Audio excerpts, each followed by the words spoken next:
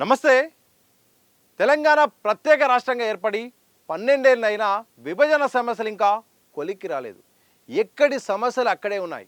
ఇరు రాష్ట్రాలు లెక్క తేల్చుకోవాల్సిన వేల కోట్ల రూపాయలు బ్యాంకులో మగ్గుతున్నాయి. ఉమ్మడి ఏపీలో ప్రభుత్వ శాఖలు, ప్రభుత్వ రంగ సంస్థలకు సంబంధించిన నిధులు ఆనాడు మెయింటైన్ చేసిన ఖాతాల్లో స్ట్రక్ అయిపోయాయి. రాష్ట్రం విడిపోయాక ఎవరికి వారు సొంత ఖాతాలు తీసుకొని రన్ చేస్తున్నాయి. కానీ ఉమ్మడి ఏపీలో ఉన్న ఖాతాల్లోని డబ్బులు మాత్రం ఇంకా పంపిణీ జరగలేదు.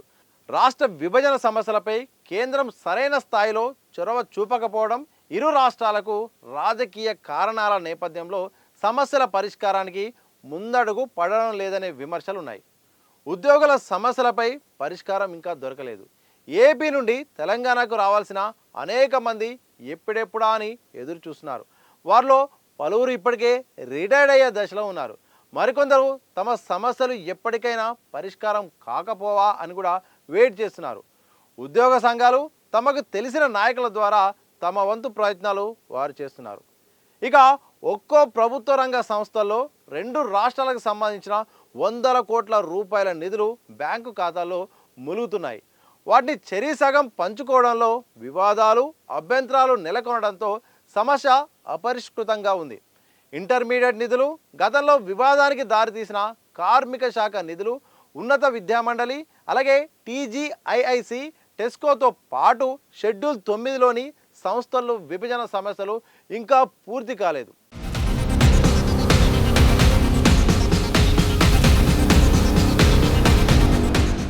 తెలంగాణ ప్రభుత్వ భవనాల్లోనే ఏపీ కార్యాలయాలు, అనేక శాఖలున్నాయి. వాటికి తాళాలు వేసి ఉంచారు తప్ప విభజన సమస్యలు ఎక్కడికక్కడే ఉంచారు. మరోవైపు విభజన సమస్యలు తేలితే కానీ వాటిని అప్పగించే పరిస్థితి కనిపించడం లేదు. ఆర్టీసీ విభజన సైతం ఇంకా కొలిక్కి రాలేదు. మరోవైపు సింగరేణిపై ఏపీ సరికొత్త వాదనను తీసుకొచ్చింది. విద్యుత్ సంస్థల ఉద్యోగుల వివాదం సైతం పెను దుమారాన్ని రేపింది. ఇలా అనేక శాఖల్లో సమస్యలు వెంటాడుతున్నాయి.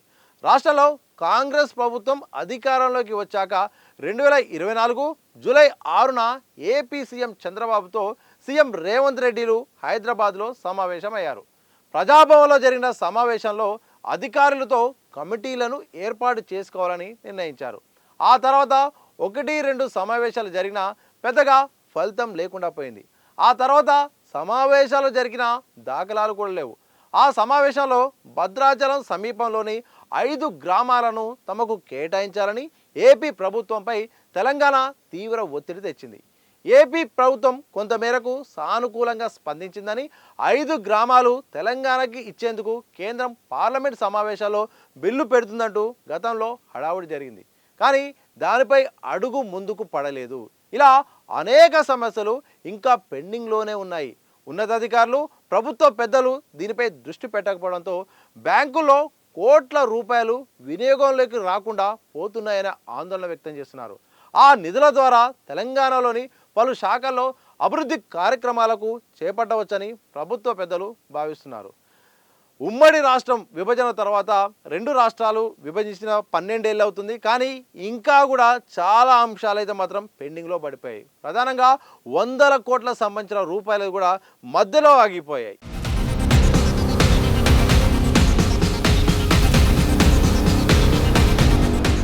ఇటు ఆ రాష్ట్రానికి అవసరమే, ఈ రాష్ట్రానికి అవసరమే. మరోవైపు తెలంగాణ రాష్ట్ర ప్రభుత్వం కూడా భారీ ఎత్తున సంక్షేమ పథకాలను కూడా అమలు చేస్తుంది. కానీ అమల్లో ఆర్థికపరమైన ఇబ్బందులు కూడా వస్తున్నాయి.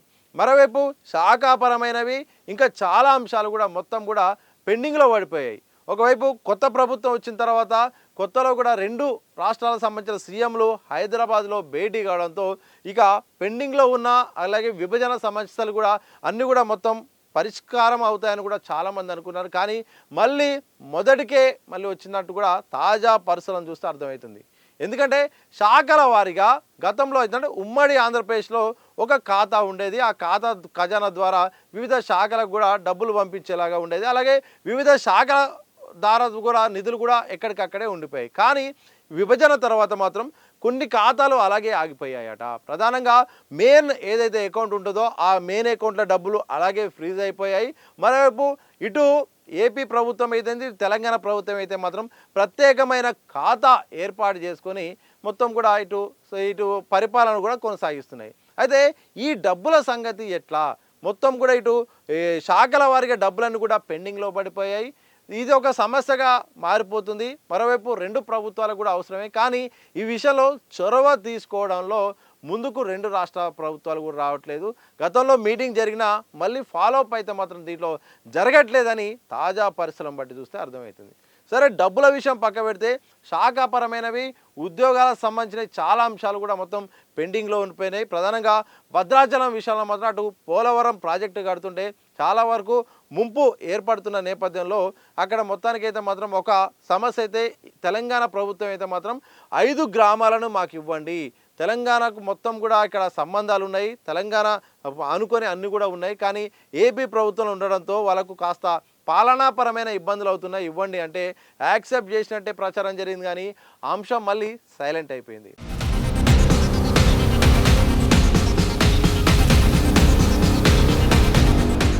ఇక ఆర్టీసీ పూర్తి స్థాయిలో విభజన జరగలేదు.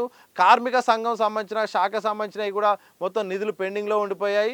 ఇలా ఉద్యోగాలకు సంబంధించిన అంటే ఇక్కడి వాళ్ళు అక్కడికి, అక్కడి వాళ్ళు ఇక్కడికి అనేది పూర్తి స్థాయిలో కూడా జరగకపోవడంతో ఇంకా చాలామంది, వందలాది మంది కూడా ఎదురు చూస్తున్నారు. కొంతమంది అయితే మాత్రం ఇక రిటైర్డ్ అయ్యే దశకు వచ్చారు, కొందరైతే ఇంకా ఆశలు పెట్టుకున్నారు, కొందరు ఆశలు కూడా వదిలేసుకున్నారు. అంటే అక్కడ నుండి ఇటు రావాల్సిన అవసరం ఉండే, ఇటు నుండి అటు పోవాల్సినవి కూడా కొన్ని సాంకేతిక కారణాల వల్ల అది కూడా ఆగిపోయింది. ఇలా విభజనకు సంబంధించిన చాలా సమస్యలు అయితే మాత్రం ఇంకా పరిష్కారం కాకుండా అలాగే పెండింగ్లో ఉండిపోయాయి. సరైన బాధ్యత, సరైన కమిటీలు వేసి సీరియస్గా తీసుకుంటే మాత్రం రెండు రాష్ట్ర ప్రభుత్వాలకు పనిచేస్తుంది. ఎందుకంటే ఇది ఆస్తులు కూడా విభజన జరగాల్సిన అవసరం ఉంటుంది, అన్ని పాలనాపరంగా ఎలాంటి ఇబ్బందులు లేకుండా జరగాల్సి ఉంటుంది. ఎందుకంటే ఇప్పటికి కూడా ఏపీ భవనాలు అయితే మాత్రం అంటే ఇక్కడ తెలంగాణలో హైదరాబాద్లో కూడా ఇప్పటికీ ఆంధ్రప్రదేశ్ పేరు మీద భవనాలు ఉన్నాయి, కానీ అక్కడ నిర్వహణ జరగట్లేదు. అట్లని కూడా మొత్తం కూడా ఇటు తెలంగాణ కేటాయిస్తున్న నిర్ణయం కూడా జరిగిపోలేదు. అంటే ఉన్నవి టెక్నికల్గా వాళ్ళ పేరు మీదన్నాయి, వాళ్ళు వాడుకోవట్లేదు, ఇటు రాష్ట్ర ప్రభుత్వం పరిధిలోకి రావట్లేదు. ఇలాంటివి కూడా మొత్తం కూడా విధానపరమైన నిర్ణయాలు తీసుకోవాల్సిన అవసరం ఉన్న నేపథ్యంలో ఎక్కడో చొరవ తీసుకోవట్లేదు, ఎక్కడో నిర్లక్ష్యం కారణంగా మరే కారణాల వలన మాత్రం ఇలా పెండింగ్లో పడిపోయి ఇది రెండు రాష్ట్రాలకు కూడా మంచిది కాదని కూడా విశ్లేషకులు కూడా భావిస్తున్నారు. మరి ఈ విషయంలో ఏమైనా త్వరలో పరిష్కారం వస్తుందా? ఆ 5 గ్రామాలకు సంబంధించిన అంశం ఉంది.